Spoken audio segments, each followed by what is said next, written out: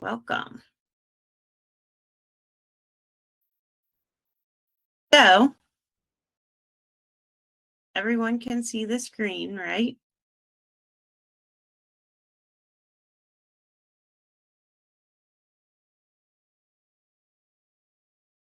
Good. So today we're going to be going through our leadership tune-up, navigating tough conversations. It may come as a bit of surprise, especially if you are a people leader, but actually 82% of people struggle with having tough conversations. Today, we're going to go through a brief introduction about who I am and the company I have, which is Savvy Resources, Inc. And then we are going to be going into our company car, which if you've been on any of the prior sessions, you may remember a bit about that. We want to talk through the importance of keeping it maintained both at work and in your professional life. Then we'll have a very quick poll, and we will go into accountability to review some quick tips and tricks you can use starting today. Then we'll have a Q&A, and we'll end with a brief conclusion. First off, thank you for joining me. I am Pamela Fritz. I am a wife, a daughter, and a mother. If you do not have me here working, then I'm going to be at the gym running and reading, or I'm going to be spending as much time as I can with both my family and friends. Those are kind of my passions. When I thought up the idea of Savvy Resources, it was really inspired a bit by my husband. He had started two businesses about 2 years ago, and I must admit, I was feeling like I wasn't making as much headway as I wanted to in my corporate role. And I felt like I could take my skills and really help leaders throughout the country. So that's exactly what I decided to do. It's been an exciting journey. It's been a scary journey, but a journey I'm happy I've made nonetheless. I have over 20 years of leadership experience, whether they be both very large companies like Target or super small privately owned companies. I have seen a ton of leadership training as well, and it's not always affordable for the small to mid-sized companies. So I really wanted to come up with a solution that could help that specific industry and that specific business type. If you were on any of the prior calls, you would have heard the car diagnostic, and you can always go back on my LinkedIn and review the replay. And we also did last month preventative maintenance. If you did not get to tune into those calls, then I just wanted to refresh. So communication is the engine of the company. It's truly going to transform ideas into action, and it powers everything downstream. If you did not know this, 20% of associates end up leaving companies due to poor communication. Those statistics are a bit alarming, but it's true. If you don't feel engaged with the mission of the company, or you don't truly know what your duties and your job is, it's not going to encourage you to stay or make you feel welcome there. When we think about accountability, this is the steering system of the company. This keeps everyone aligned and moving in the right direction. Think about it. Is your team consistently showing up for work on time each day and going above and beyond when it comes to achieving their goals? That's where that 82% of managers admit to struggling with that holding others accountable. The even more shocking part is that associates want to be held accountable. They want you to hold yourself accountable, and they want you to hold them accountable as well. Finally, we'll look at recognition. This is the fuel system. It's going to provide the energy needed for sustainable performance. What percentage of your team truly feels appreciated? Companies that spend 1% of their payroll budget on recognition end up reaching their business goals 79% more often than those that spend less. And obviously, recognition is going to increase retention. It's going to decrease absenteeism, increase engagement. When you take a deeper dive into either your company or your personal car diagnostics, it's clearly in our best interest to keep it maintained and well-tuned.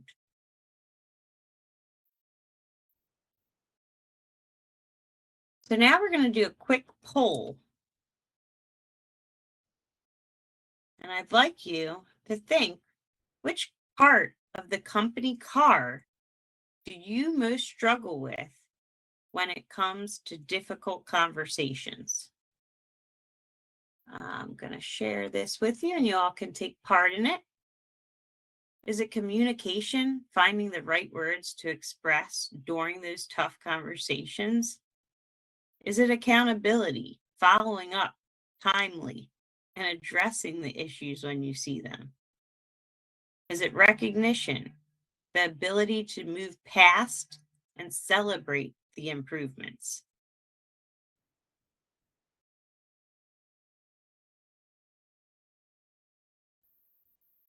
Okay, it looks like we're more having trouble with finding the right words, which is a challenge because you don't want to demoralize your team or make them feel bad. So I totally get that.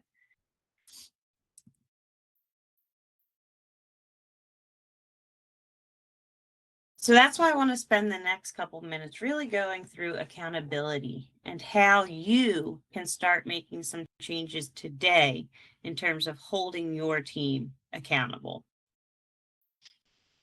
You know, at times when you're thinking about accountability, you might have to address poor performance. You might have someone that has a toxic attitude or toxic behaviors they're doing. Sometimes it's just bad news. The company isn't performing as well, and you need to do layoffs company wide. At times, it's even that you need to manage upward and be able to give feedback to your own boss. So, when you think through all those things, you don't want to delay having a tough conversation.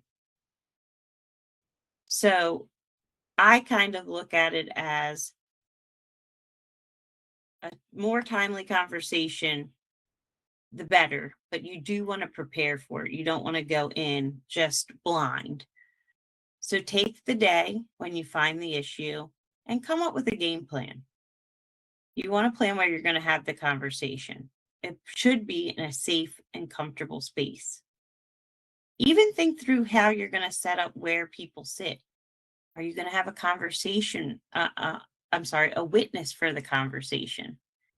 If you feel like it can get emotionally charged or get a bit out of context or be taken the wrong way because you have known this person and you know they can get emotional or loud or anything like that, then having a witness is a great idea. Think about the layout of the chairs in the room. You want to give them a chair closest to the door so that they're not feeling trapped or stuck when you're having the conversation. Have a box of tissues in the room. I know that might sound funny, but you don't know if it's going to be an emotional situation based on the feedback you're giving. And then think through what the conversation is going to look like. Even role play it with yourself a bit. I know this sounds silly, but you really want to think through some of the responses that you can guess the person may have. Don't bring your feelings into the conversation. I just feel like, or I think you have been lazy lately. Come with facts, not feelings. Clarity is a key to this conversation, so speak with confidence and be clear in your expectations. State the behavior without judgment. Always use that facts over emotions and have two-way communications to help determine what a collaborative solution may be. Obviously, you can guide the conversation where you want it to head. Say it's a report that you need at a certain time each week. Well, you know it has to be done by X day and time. You can guide them in that direction, but let them help come up with the true answer. if it doesn't matter if it's 12 p.m. or 2 p.m., let them make that final call. You're still going to be holding them accountable to what you agree upon. When it comes to accountabilities, when done well, companies will see a 50% higher productivity and 76% more engagement. You're going to have to course correct throughout, though. It's not just a one-time and done. There's a lot of follow-up that's needed once you see a specific issue. Just be prepared that when you're having these tough conversations, especially if you're not having one-on-ones. So we discussed this in one of our prior tune-ups. Regular, bi-weekly, or monthly one-on-ones should really be your standard, because then this becomes infinitely easier. But be prepared to handle that defensiveness or emotions. There's going to be times where you're simply going to have to say, I understand you're having a really tough time with taking this feedback right now and with this conversation.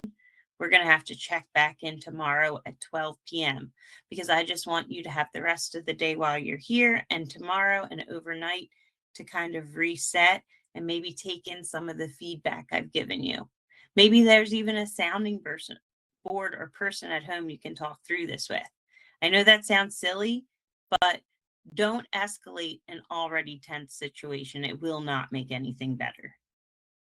And then when we get to recognition, this is going to be that energy your team needs to reach the destination. So explain how the feedback is intended to support their development and their growth within the company. You want them to be here longer than you. You want them to do more things with the company. So you have to give them the feedback so they don't fail. Truly make it about them and how you're helping them.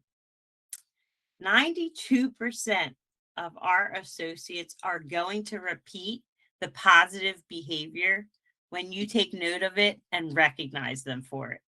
They're going to know they're headed in the right direction. They're going to feel good. So, we'll go through like a little example. You have to pull Jordan in because he's having some performance issues. So this is the conversation you could have with Jordan. Jordan, I've called this meeting because I've noticed that for the last 3 client deliverables, the final reports were submitted 48 hours past the deadline. So right there, you're giving them some context, the action that was not completed on time. This resulted in our account team having to postpone the review calls with the client twice. Now you're giving that result. I need to be clear. Meeting these deadlines is the standard for this role. Without clients, we won't have a business. And I really need to make sure we're aligned on this. What is your understanding of the impact that having these delays could have with the client? Hopefully Jordan's like, I understand, maybe they don't want to do business with us anymore or anything like that. You want them to understand the whys of why something is so important to you and the company. And always use first person leadership. Now you're going to get into the accountability side of it. Jordan, now that we've identified this bottleneck, let's agree on the path forward. What do you think is a reasonable time if I need to review it by Thursday at 4 p.m.? When can you have it submitted to me? And I'd prefer it not be 3:59. So let's come up with that together. Now that you've done that, you can ask, do you agree that this is a reachable standard? And can I count on you to meet it for next week's project? You want Jordan to acknowledge yes. And then let them know that's great. Let's mark our calendars for a 10-minute touch base next Friday morning to review how the workflow felt for you. And then Thursday, when you get the report at 12 p.m., you can come up to Jordan and say, hey, Jordan, I wanted to catch you for a quick second. I noticed you had the week's report uploaded by Thursday at 12 p.m., which was even above what we discussed. Because it was early, The accounting team was able to prep ahead of time, and the client specifically complimented our speed today. It really helped us to close the deal. Thank you so much for making that shift. I really appreciate it. We'll still meet Friday just to discuss, see how you're feeling about things, but I just needed to stop you and tell you what an amazing job I think you just did. Thank you.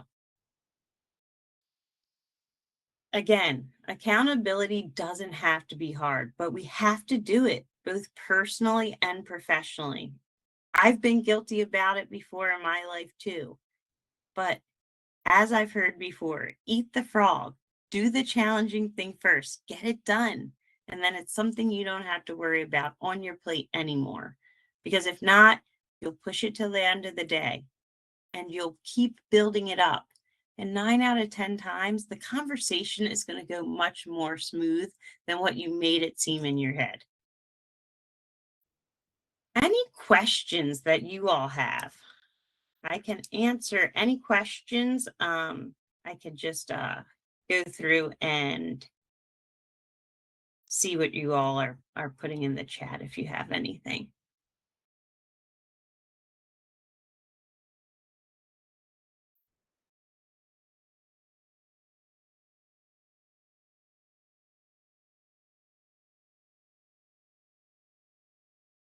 Okay.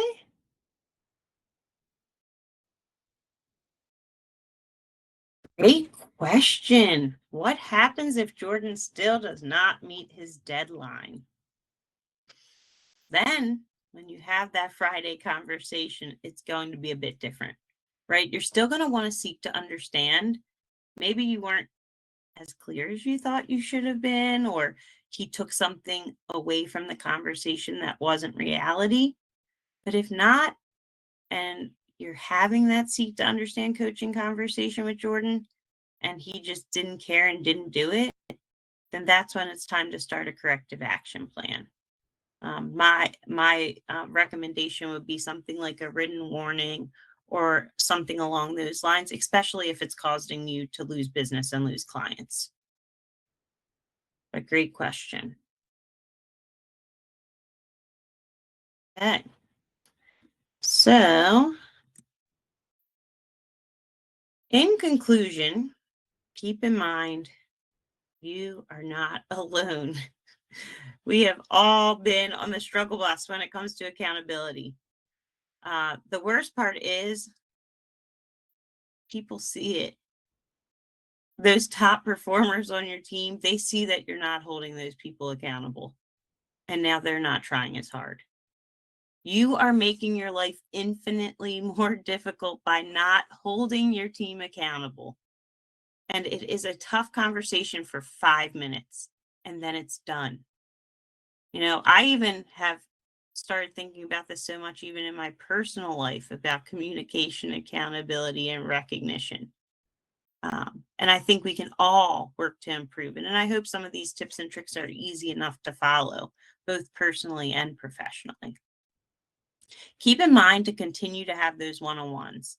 If you only have a small team, 4 people, bi-weekly shouldn't be a big deal. You're probably talking to them that much anyway. So why not have a formal documented process where you're retaining notes and keeping things in track?